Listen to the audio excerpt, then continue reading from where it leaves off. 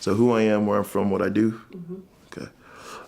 Hello, my name is Emerson St Pierre. I'm a transplant from New Jersey, and I'm a musician, a self-taught musician.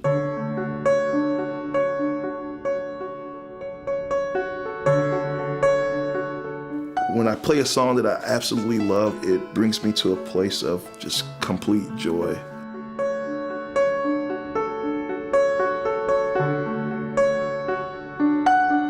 When I'm by myself playing the piano, I'm just in my mind, an empty room. I'm thinking about what can I do to be a better person? What can I do to make more money? Did I leave the stove on?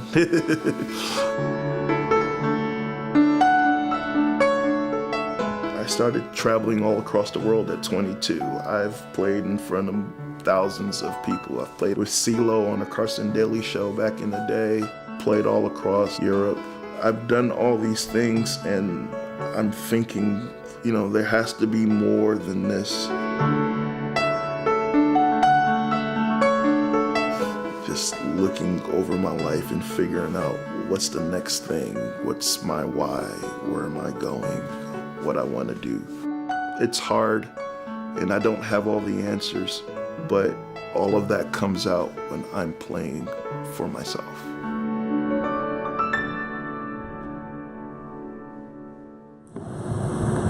Well, today we're beginning a new worship series where we're going to look at some of the things that he was talking about. At some point in all of our lives, to some degree, we find ourselves asking the question, is there not more to life than this? Is there something more that I don't have that I wish I had? Is there a deeper why to my life and to what's happening in my life? Before we dive in, I do want to give you a quick technological update. If you are a mobile user and you've downloaded our app, we want to let you know that we've added a new feature to that. If you go onto your app and open up and go to today's sermon, underneath the sermon there's a little button there that says Take a Note. And if you press that button, you can take notes on your cell phone or on your mobile device or iPad or whatever it is that you bring. And those notes will keep. They'll put those up there in the cloud. I really don't know where the cloud is. Maybe it's heaven. I'm not sure. But it's up there somewhere floating around. And magically it will appear on any device that you have the First Christian Louisville app on. So really a cool way for those of you who are mobile users and like to take notes. You can do that each day, each Sunday when we gather. It's very easy to do that. And we want to encourage you. If we see your cell phones out, if we see your iPads in this room, our assumption is that's helping you engage in worship. And maybe you engage in worship by scrolling through Facebook. I'm not sure. We're not judging. We're not judging. But again, that's why we tell you to silence those things. Because as I've warned before, when you scroll through Facebook, sometimes you press Bon Jovi videos accidentally, and they come on loud. So we've given you the warning, but we want to encourage you to engage in worship in whatever way is most helpful for you. I want to begin our conversation about how we dive into the deeper why and maybe some of the deeper meaning that we're looking for in life by asking this question. What do you want? A pretty simple question to begin with. What is it that you want? If someone were to come to you and say, what do you want right now? If you could just have anything you wanted just by dreaming of it or wishing for it right now, what would it be? Maybe it would be a thing. A new car or a new house. Maybe it would be new clothes or a new some kind of technological gadget or something for a favorite hobby of yours. Maybe what you want right now is a thing that you could go out and buy. Maybe what you want isn't a thing. Maybe it's a who. Maybe you want a relationship that you don't currently have. Maybe you want a restored relationship, one that's better than what it is right now. Maybe it's not a thing or a who, maybe it's kind of an accomplishment. Maybe you're at a point in your life where you'd really like to accomplish something. Maybe get another promotion or to find yourself in a new career or a new place to maybe get into the school that you're so hopeful that you can get into when you graduate from high school or college, getting into that graduate program. Maybe if you're a parent, you're hoping that your child will get some kind of scholarship to pay for the school that they want to get into. Maybe it's some kind of goal or dream or accomplishment. Maybe it's just more money. Have you ever found yourself in a place in life where you just wish you had either a little bit or a lot more money? whatever the case may be, when it comes to the things that we want, they're not necessarily in and of themselves bad things. In fact, they can be good things. Especially if that thing we want is a big, brand new pickup truck. That's a very good thing to want, and I think perfectly reasonable. What happens, though, and this is the thing we need to be aware of when it comes to the things that we want. The things that we want typically point to superficial things. What we need to do, though, is dig deeper. Because behind every want that we've talked about already this morning, there is usually an underlying need that we're trying to meet by gaining those things that we want or desire. What we really want isn't a new vehicle, or new clothes, or a new home. What we really want isn't just any relationship with someone. What we really want isn't an accomplishment or an achievement. What we really want is contentment, security, well-being, joy, intimacy. What we really want are things that you can't just go out and buy. That you can't just wish you had and suddenly do something in order to have it. What we really want are these things that lie deep within us, that we crave. And each of us crave and desire those deep things differently at different points in our lives. But that's what we're really after. The challenge is, I'm not sure we know how to get those things. Because sometimes those things are really hard to get. And when we don't know how to get them, we just try to make it happen. We force it. And when we force it, we find ourselves never quite getting the thing we truly need. For example, have you ever gone out and bought something? Something you really wanted. Something you were really looking forward to having. Whatever that something may have been. You went out and you bought it, and you either drove it home, or you brought it home, or you held it in your hands, and for a while, it did bring you some joy, some contentment. But what happens more often than not is no matter what we buy, and no matter how much we enjoy it, at some point the newness starts to wear off, right? And as that newness starts to wear off, it may get put on a shelf or put in the back of the closet or down in the deep recesses of the basement. It just gets less and less use. And that one thing we thought we had to have because that was the thing that was going to make us happy is really no longer in front of us. But guess what is? The next thing that we think is going to make us happy or really give us what we want to have. And so we get caught up in this cycle of chasing things because we think these things are going to bring us some kind of contentment, but any contentment that we can get from a thing is just temporary because it's only scratching at the surface of what we really want or really desire. And sometimes, maybe you've experienced this, sometimes you go out and you buy something and you get something and you bring it home, and then after you have it, you begin to, regret it just a little bit. Have a little bit of buyer's remorse. And that buyer's remorse may not come with the first payment, but the fifth payment, when the newness is worn off, you start having a little bit of regret about what you went out and bought because it's no longer feeding you in the way you thought it would feed you, and yet you've still got to feed those payments. Sometimes when it comes to the things that we regret when we go out and buy them, it's because we get a little bit ahead of ourselves, right?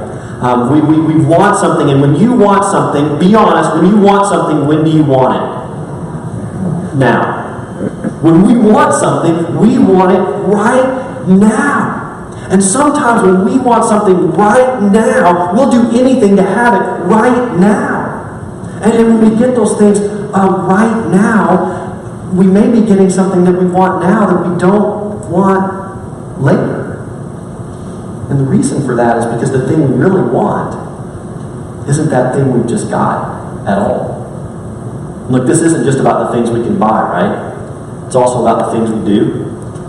There are times in our life when we do things that are somewhat impulsive because we want a certain pleasure or joy or experience right now, and we do that, and after we do it, we regret it because what we wanted right then turns out not to be what we want in the future? Right? This happens. And it's really, really hard when it does. But one of the reasons it happens is because all those things that we're chasing, all of it, is about superficial stuff. And we're not really getting to the deeper meaning and the deeper hopes that we have for our life. Do you see why this is such an important question? And how you answer this question is so critical to your experience of life. And it's not just about your experience by yourself. It's not just about getting the things that you want. Because how you answer this question impacts the people around you, even the people that you love the most. Because sometimes the things that you want, I know this is going to be shocking to some of you. Sometimes the things that you want isn't what your partner, spouse, child, parent, colleague, friend wants, right? Sometimes the thing that I want isn't what the other person that I'm in a relationship wants, right? And when they have a want and I have a want, and those two wants are not the same thing, what happens? It's conflict. There's conflict. Because I want what I want and you want what you want, and so we get into this conflict until one of us gets his or her way, and when we set up in that way, someone's got to lose in order for someone to win, and when you're in that kind of relationship, there really is no one who wins. Right? And here's the thing, as often as not, this isn't about being right or wrong. Now, when you want what I don't want, you're wrong. Right? No, not always. It's not always about being right or wrong. It's most often about just different wants coming into conflict with each other. And this isn't just about the things we can possess or buy or do. It's about the response that the person we're in a relationship may have or not have to us. When you don't do what I want you to do, when you don't say what I want you to say, when you don't respond the way I want you to respond, when you don't engage with me in the way that I want you to engage with me, you're not meeting my wants and my desires. And because of that, I begin to get angry with you, and then I try to talk you or argue into seeing things my way, because if I can just get you to see things my way, I'm going to be happy. And even though you don't know it yet, you'll be happy too. Right? Well, maybe. But maybe not. Here's the thing. Think about this. When you've been in conflict with someone else, how often is it that it's really that you're just not getting what you want right now? You're just not getting what you want. That person's not giving you what you want. Now, you can blame it on all kinds of things, but let's be honest. How often is it really just about what you want and what you desire? Let me ask you this. How many times when you find yourself in that place and you realize that it's really about what you want coming into conflict with what they want, how many times have you just stopped in the conversation and said, I'm sorry, I just need to be honest. The reason I'm so frustrated and angry right now is because I'm not getting what I want. Yeah, after 2 or 3 years of age, we never do that. I mean, if we're 2 or 3, we might do that pretty regularly. 2 or 3-year-olds are great about telling you what they want and what they don't want, and they'll just put it all out there. But as we age and get older, we're not very likely to say to the person that we're in a conflict with, the reason I'm unhappy with you right now is I'm not getting what I want. That's what's going on right now. I'm not getting what I want, and so I'm angry and I'm frustrated. Instead of doing that, what we try to do is to convince the other person to want what we want. And we just get into this conflict and this back and forth and this pushing and this pressing until someone wins and someone loses.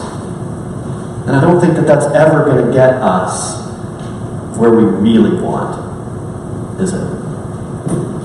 In the book of James, he addresses this issue, this experience that can happen when our wants and desires come into conflict, not only with ourselves, but with those that we love and those that we're in relationship with. And this is how he starts that conversation. He says those conflicts and disputes among you, where do they come from? Do they not come from your cravings that are at war within you? He just jumps right in there. He says, look, so much about the disputes that are going on in your life, both internally and externally, are about desires and wants that are inside of you. And if you can't get what you desire and you want, you just might go to war. You just might get into conflict. That stuff might start bubbling over in your life in negative and harmful ways. And James is just saying, let's recognize that. Let's recognize that so much of what we are conflicted about when it comes to our own happiness and our well-being and the relationships that we have with others, so much of that stuff is about our own wants and our own desires. And guess what's happening to the other person at that exact same moment? He or she's got his or her own wants and desires as well. And they're just as entitled to them as we are. And when we can't come together in a way that recognizes what's really going on, bad stuff is going to happen. He takes it a little bit further. He says, you want something and you don't have it, so you commit murder. Now, just to clear this up, this is hyperbole.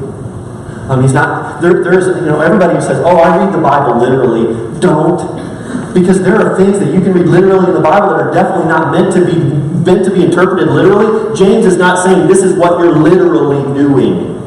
James is pointing out to something that happens to us when we want something and don't have it. We go out and we do things that are harmful. We may not literally murder anyone, but think about how many relationships and how many marriages have been ended because somebody wanted a temporary pleasure right now, and they gave in to the temptation of what they wanted right now in that moment, and in so doing they got what they wanted right now.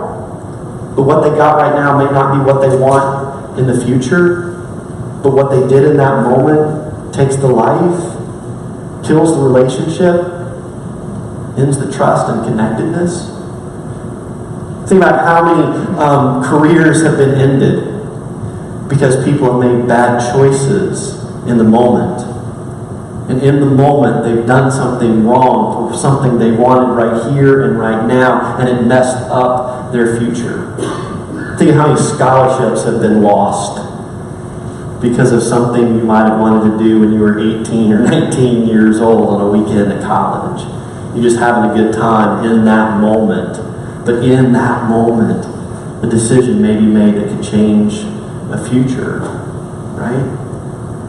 How much athletic potential hasn't been lived into because of decisions a young athlete has made? How many politicians' careers have ended because of lack of impulse control? See, we could go on and on and on. What happens when we have these cravings and desires within us and we don't recognize what's really going on? That they bubble over.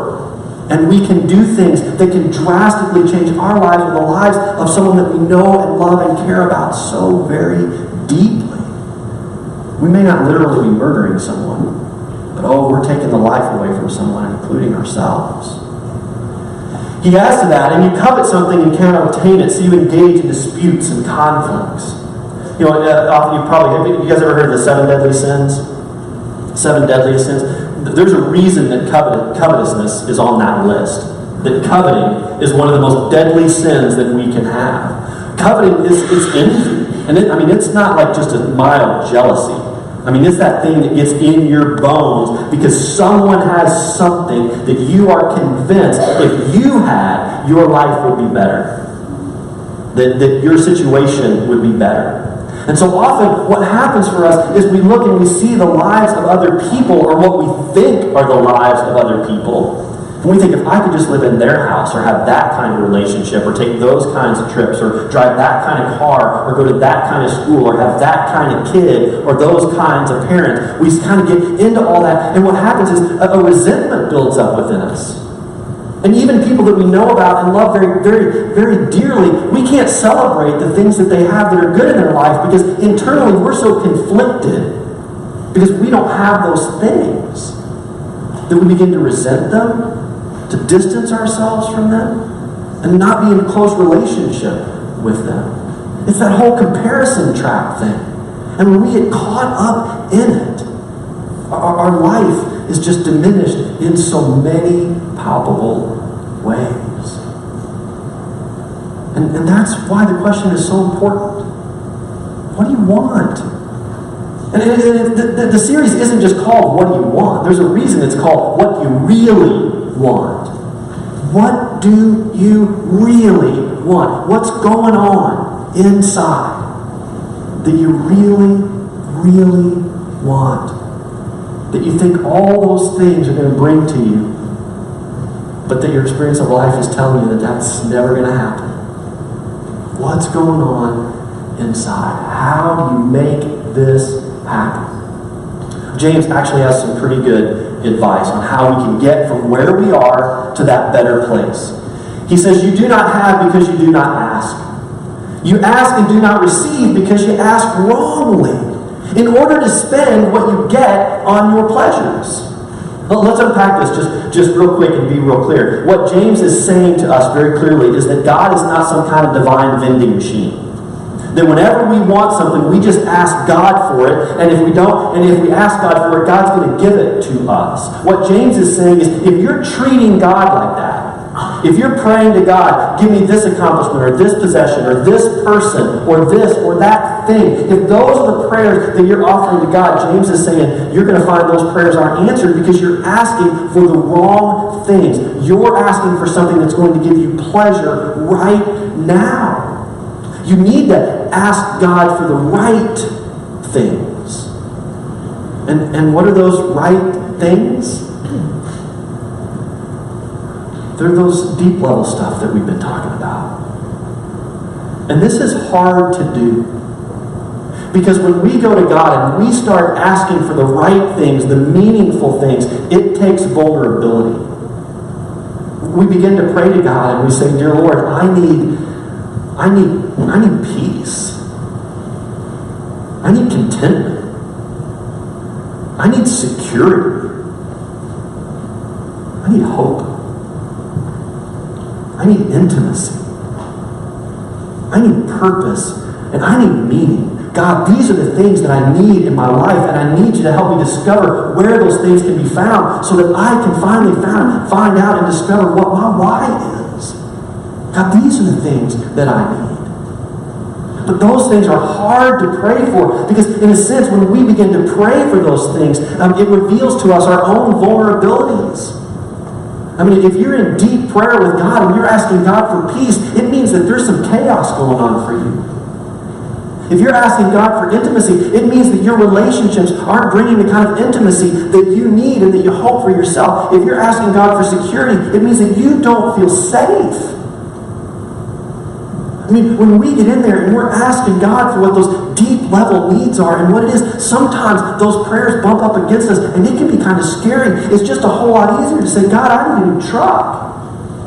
I need a new TV. I need some new clothes. And James is just telling us, look, if that's your prayer, it's never going to be answered. Because what you need is so much more than that. And here's the good news for those of us who are Jesus followers. When we go and we read the Gospels, we discover in the Gospels that Jesus lives in that place that we struggle to live into. That place where we're focused on what's right, what's important, what's deeply meaningful in our lives. Jesus is always pressing people beyond the superficial to get down into what really matters. And when we follow Jesus in his teachings and his guidance on that, we begin to unpack what it is that we really want. And here's the thing. What you really want is reflected most often in what you really value. What you really want is most often reflected in what you really value. And as a people of faith, where we learn what is most important to value is in the sacred story. It's in the teachings of our Savior. And when we start there, we may discover that God's going to answer our prayer in more real and meaningful ways. There's one more thing that I want to say that is important for those of us who are Jesus followers. This is critical. It's really critical for everyone. God wants us to have what we deeply desire and need. But if our getting our needs and deep desires met happens at the expense of other people, we're doing it wrong. It is not okay for us to get what we want and we need at the expense of other people. Because they have the right to get what they want and they need. And I know that sometimes we press against this, but we're in this together. And it's only when you get your deepest needs met and I get my deepest needs met that we're going to get there as a people, right? This is not pie. Like if I eat 2 pieces, it doesn't mean you don't get a piece, right? There's plenty of contentment out there, friends. It's not a competition. And if we want to get what we want, we can't take it away from someone else and leave them wanting. Over the next couple weeks, next few weeks, this is what we're going to be talking about, and this is what we're going to dive into, because I believe it is so vital and so important. We need to work on what it is that we really, really want. I believe by exploring some of this stuff together, we may find a contentment, a peace, a happiness, a joy that we've been searching for our whole lives, but just haven't been able to find. This is a step in that direction. I hope that you will take the journey with us.